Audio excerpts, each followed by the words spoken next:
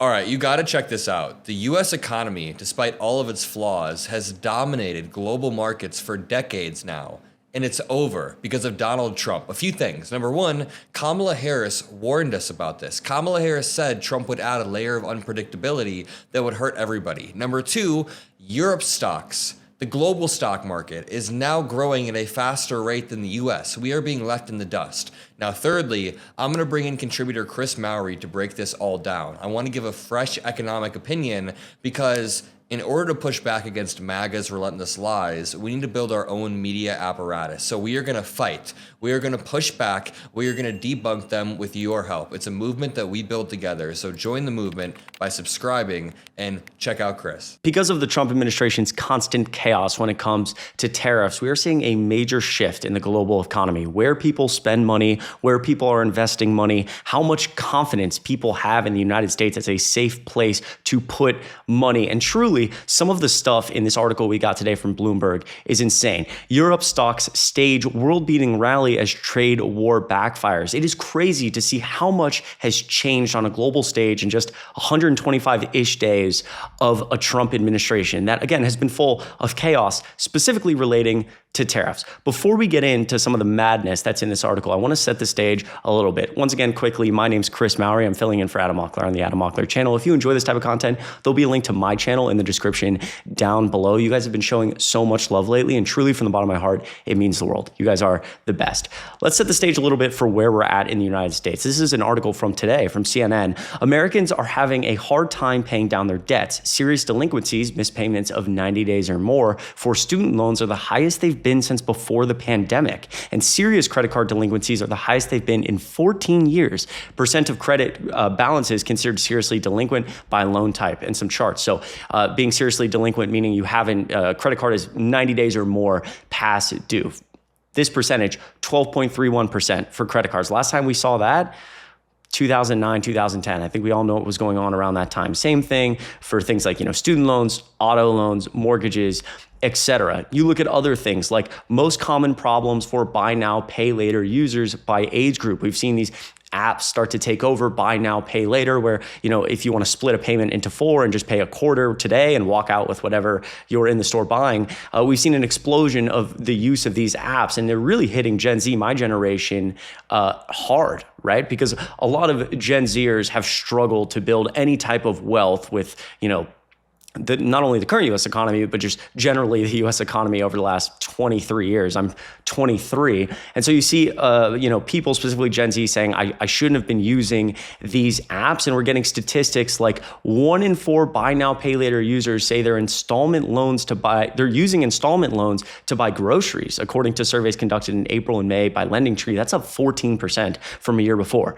So again, if you're at the point where, we're going past due on credit cards and people feel like they need to buy groceries with buy now, pay later, we're not in a great spot economically. And you think about what Donald Trump is doing with all of this information, that Americans are struggling and they need help. Well, the answer is nothing except, ranting on True Social about garbage QAnon conspiracies, not signing any legislation, rambling incoherently on stage all the time, and changing his mind over and over and over and over again on tariffs, which again goes back to the original article, the Bloomberg article we're going to get to in a second, and how Europe has really started to take the stage for the new era, frankly, of economic dominance. This is a little bit of a timeline just to remind you, because the news is such a 24-hour cycle of how often this guy is flip-flopping on his tariffs. This is a really great article from Forbes outlining some of this, but I just want to quickly talk about some of this. Let's go to April 8th, which feels like forever ago. Caroline Leavitt told reporters during a press briefing that Trump has directed his trade team to, quote, have tailor-made trade deals with each and every country that calls up this administration to strike a deal, and emphasized Trump's intention to bring manufacturing of tech products to the U.S., saying the president absolutely thinks iPhones and other products could be made in the U.S. On April 9th, the day after that, Trump told Americans to, quote, be cool after the stock market plunged in response to his tariffs taking effect at 12:01 a.m. So this massive, Liberation Day, we're slamming tariffs on everything. The stock market plunges, and he says, be cool. And that same day at 1 p.m., in a stunning about-face, Trump announced on Truth Social he was pausing the worst of his tariffs on most countries for 90 days, though he would continue a baseline 10% tariff rate and raise his tariffs on most Chinese goods by 125%. This is flip-flop number 6. And again, I remind you, just days before this, Caroline Leavitt was on stage saying Trump has no intention. He's made it very clear he's not pausing these tariffs. There's going to be no pause. They're full steam ahead. Trump himself said they're full steam ahead. And then all of a sudden, just instantaneously, like practically the next day, he's saying, oh, they're all paused. And then it goes on and on and on. If you are a US business or watching this, why would you have any confidence? Why would you want to invest any money in America? You wouldn't, right? You have no confidence. You're a CEO of a Fortune 500 company. You're like, I'm staying far away from this. And if you're a US business right now, it's not even about if you're investing money, it's about like staying alive. You need to know how much things cost. And so many business owners have come out and said, I can't do the uncertainty anymore because one day, my business is completely different than it was the day before and the day before because the tariff goes from 100% to 50% to 75% to 0% on any given good. And again, this whole article is just him flip-flopping, which has caused, again, a massive amount of uncertainty. You look at the consumer sentiment report. The latest University of Michigan survey released on Friday, this is from 2 weeks ago, showed sentiment hit its second lowest reading on record. The index slid to a reading of 50.8, below the 52.2 seen last month and the 53.4 expected by economists. The reading was just shy of the all-time low of 50 seen in June of 2022. Now, we just got the most recent, like literally yesterday, consumer sentiment report, and it's about the same. It creeped up very slightly on the idea that Trump wasn't going to, implement these massive tariffs that he once promise, which is kind of hilarious if you think about it. It's like the economy is always reacting well when the president of the United States can't implement his own economic policy, which I feel like just basic logic there probably means it's not a great policy. But also in this, the consumer sentiment report being like how Americans are feeling about their economic futures, how Americans are feeling economically right now with, just everything going on. The reading was just shy of the all-time low of 50 seen in June of 2022. And this is one of the lowest ever since, 1981. June of 2022 is the middle of a pandemic. Donald Trump has the same effect on the economy as a pandemic, a virus that, before this had no, vaccine that was ravishing the world, killing people, closing supply chains. That's the level of uncertainty Donald Trump is inserting into the economy. The same level, again, as a virus, a pandemic. That is crazy to think about. So we loop all the way back to what all of what I just said means. Take a look at what's in this Bloomberg article from today. Europe's equities have emerged clear winners worldwide as the region's economic outlook brightens at a time when President Donald Trump's trade war hobbles U.S. financial markets. 5 months into the year, 8 of the world's 10 best performing stock markets are in Europe, according to data compiled by Bloomberg. That list features Germany's DAX index with a rally of more than 30% in dollar terms, as well as peripheral markets such as Slovenia, Poland, Greece, and Hungary. The Pan-European Stocks 600 index is beating the S&P 500 by a record 18 percentage points in dollars, powered by Germany's historic fiscal spending plans and a stronger euro. Market participants say there's more to come as resilient corporate earnings and attractive valuations make the region a safer bet when concern over trade and fiscal debts grips the U.S. economy. Again, most of that relating purely to just uncertainty. Like all of these problems that we've already talked about over the last 5 or 6 or 7 years in the United States about, where our debt is at, how much money we're spending, what direction we should go in the future. You can't even begin to solve any of that if you don't know what tomorrow brings and just the sheer level of uncertainty.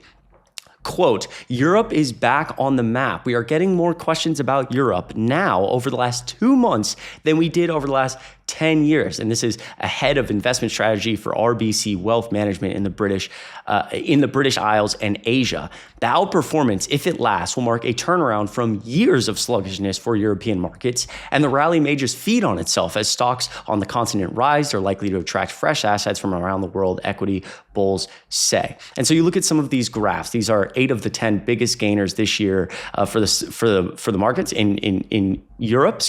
European stock market indexes dominate world's best performers. Here they are. Year-to-date gain in USD. You scroll down to some of these other graphs quickly. European stocks power ahead of the US. Major European benchmarks are outperforming the S&P 500 this year. Just absolutely getting dominated. On the other side of the Atlantic, referring to the United States, investors are on recession watch again amid concerns around inflation and America's fiscal deficit. You look at that University of Michigan report I showed you, the consumer sentiment, they also do, the University of Michigan, they do an inflation report, a one-year expectation for where inflation will be at. They've done that since 1981. And for 1 year, right now it's at, I think, 6.5%, somewhere around there, one of the highest reports for, the expected inflation since, again, 1981, fueled by tariffs. So again, investors are increasingly, growing very unconfident. Sentiment towards treasuries took a hit in May after Moody's ratings stripped the U.S. of its top credit grade, with bond yields also climbing in response to Trump's tax cut proposals. And in a blow to the president's trade agenda, a U.S. court has issued a rare rebuke blocking many of the import taxes he has threatened and imposed on key partners. A proposed tax measure is also raising alarm on Wall Street, as it would increase tax rates for individuals and companies from countries with discriminatory tax policies, potentially driving away foreign investors.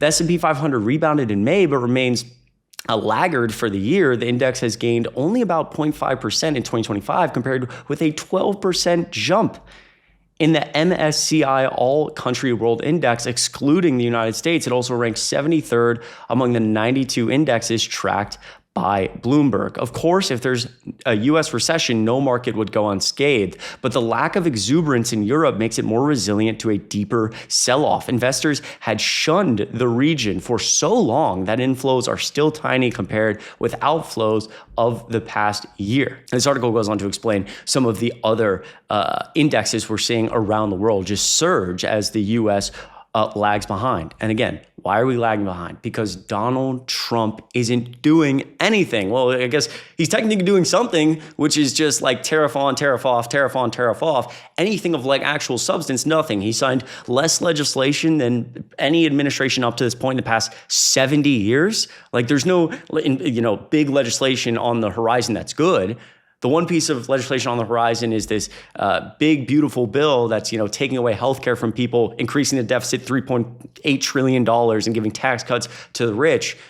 Meanwhile, Donald Trump, again, is like doing interviews with Fox News or getting on a stage rambling incoherently, sending out true socials in the middle of the night about insane QAnon conspiracies of like Biden being, dead and replaced with clones, which he literally did last night as I'm recording this. It's like, yeah, no wonder people don't have confidence. No wonder. And my hope, again, as I say every video, maybe I'm, too hopeful, is that if we all keep using our voices, the pressure is going to continue to build for a lot of these Republican senators and Congress people. I say this all the time. If constituents around the United States are screaming, yelling at these individuals, at these town halls like we've seen, calling their offices saying this is unacceptable. We're seeing a coup in the United States by Donald Trump not listening to the judicial branch, just feeling as the executive he can do whatever he wants. He has us in constitutional crisis. He's not giving us anything, any good legislation. He has us in chaos. The world is shifting toward Europe as the United States gets less behind. And if we all make our voices loud enough over and over and over again, something will have to be done. Listen, if you enjoyed this video, it'd mean a lot if you hit like and click subscribe, especially if you support Gen Z. Adam and I, we try so hard on this channel to scream and yell about the dangers of Trump, and we're constantly looking for Gen Z voices to add. So again, if you appreciate that, hit like down below. It really means a lot. And my YouTube channel will be linked down below. Once again, my name is Chris Mowrey. I'm filling in for Adam Mockler on the Adam Mockler channel. I appreciate it. I appreciate everybody watching, and I will see you in the next video.